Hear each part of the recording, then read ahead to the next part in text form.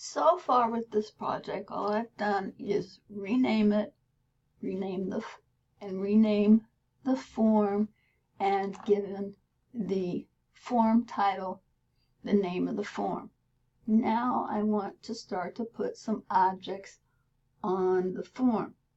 In one object, a label can be used both to explain another object, or it can actually hold data, because a label can only be modified by the programmer. The person running a Visual Basic program cannot do anything with a label. So it can have text as an explanation, maybe of what should be put into a text box, or it actually could be output, such as how much do you have, what is your current balance in your checking account? And the person running or creating the program does not want the user to change that, so they would not be able to change this.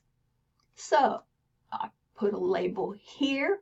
If I'm only going to use it for text, I really do not need to rename it. If I am going to be using it such that I will be accessing it, especially in the code, then I should give the label a name like I did the form, with a 3-digit prefix. The prefix for a label is LBL, and some explanation of what it's going to do. So in this first label, because I'm just playing around to show you, I am going to come down here, and one thing about Visual Basic, you need to know what property of the object contains the information in that object. And in this case, the text property of the label is what is going to show on the screen. Okay.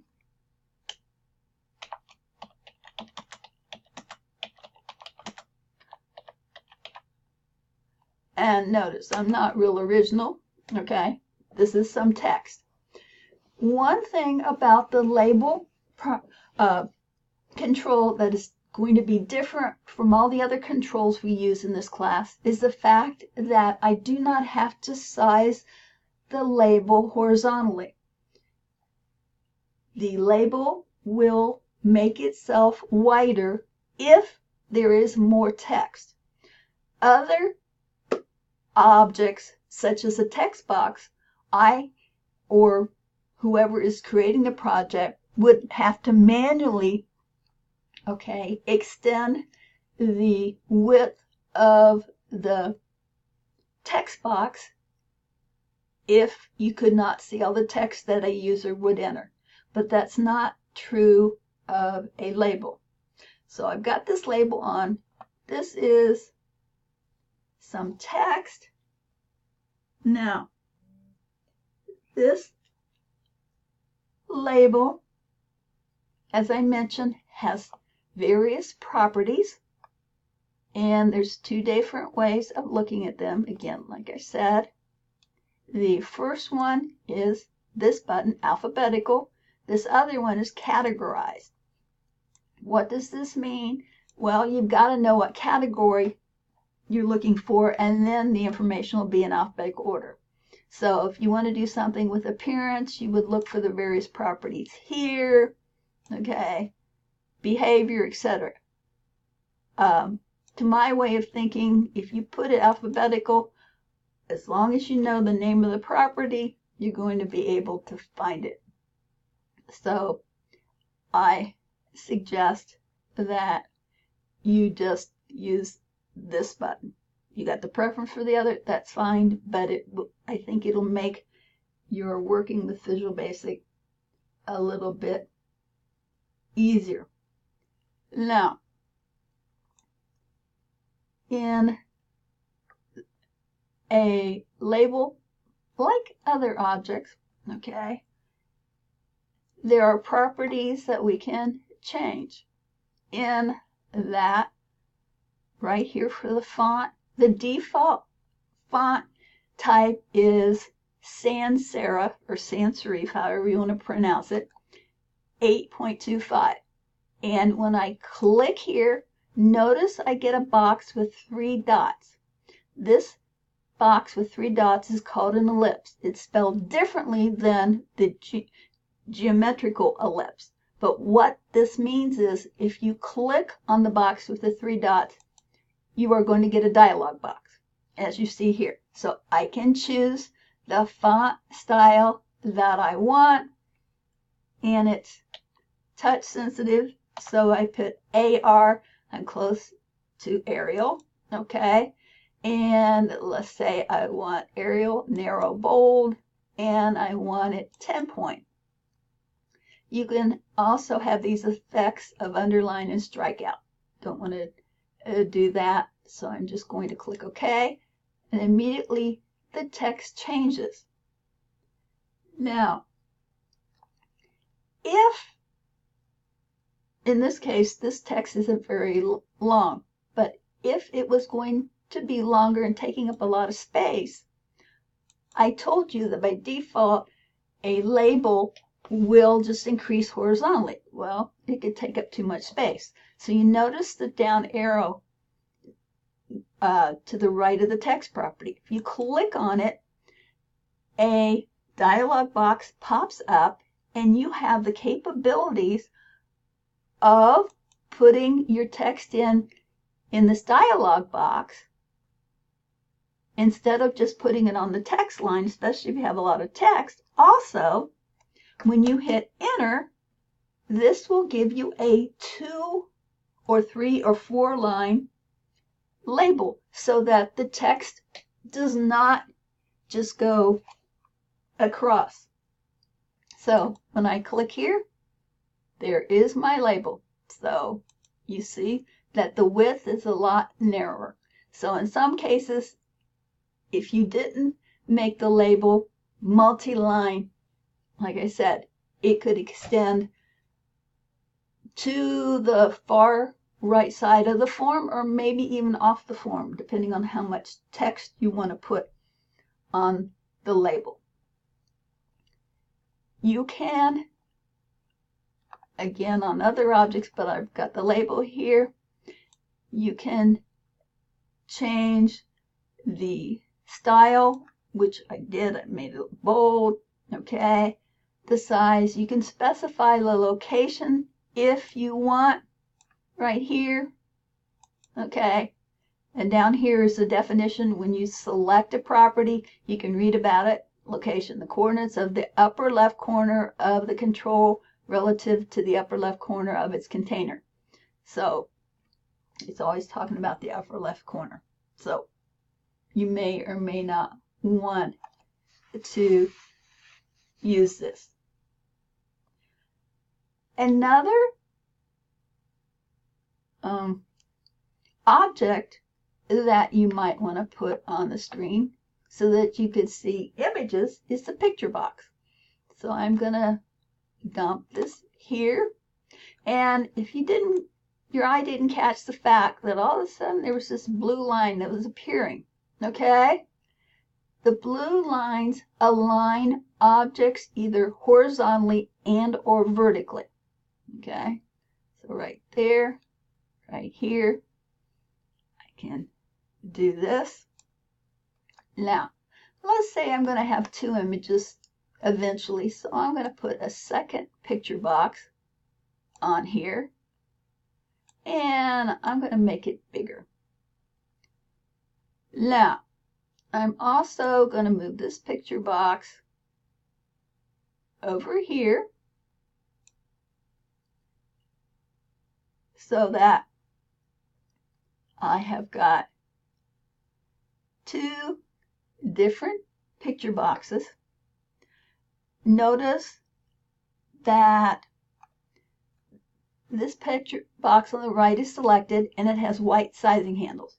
If you hold down the control key and hit the other picture box, you'll notice it has black sizing handles. And this is very important in Visual Basic because the object that has the white sizing handles is what is going to be used as the quote master.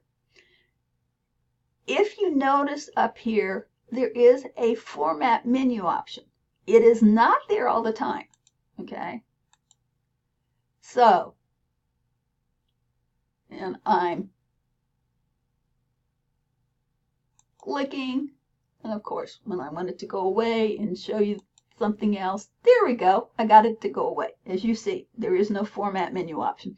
It's when you have objects that may need to be formatted that it appears. So I'm going to go back and click on this first picture box on the right and control click on the second one. And then under format, I can align to the left, the center, the right, the tops, the middle, and the bottom. And the alignment will be based on the picture box on the right.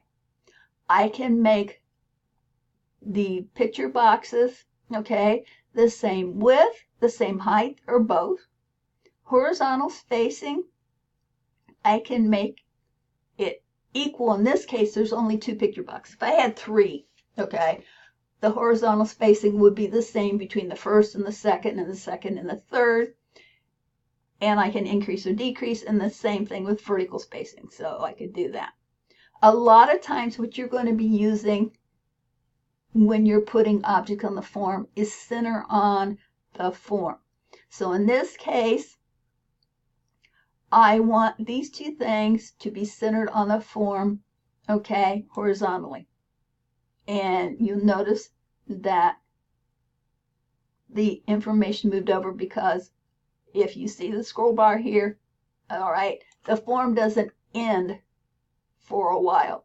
So these things are horizontally centered on the form. The space between the right side of the right picture box and the space between the left side of the left picture box and the left side of the form are the same.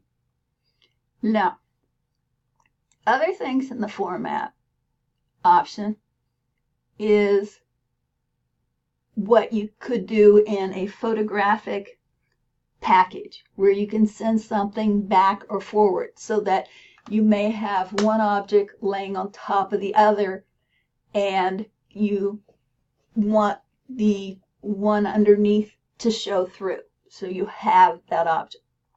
In this case, I want to make both of these the same size, and as far as alignment, I want to align to the bottoms. So notice that the left image box moved up so the bottom of it matched the right image box. So the white and black sizing handles are important to realize what is happening. Okay. Also, just an FYI, let's say we are going to be using the picture boxes in some of our codes, so we shouldn't leave them as a default name. So, and only one control can have one name. So you can't call both picture boxes, okay, image 1. You'd have to be unique. One would be like image 1, image 2. Notice that the name of this picture box is picture box 2. The prefix for a picture box is PIC, okay, and I am playing around, so I am just going to say box 1, right? Then I'm going to grab this one. You can double click or you can highlight it. It doesn't matter. PIC box 2. And just to show you, if I put box 1 and tried to click, I would get this invalid property, so it wouldn't let me do it. So the names of controls on the form have to be unique. Okay. So there we go. And that's the prefix for a picture box. So talked a little bit about some of the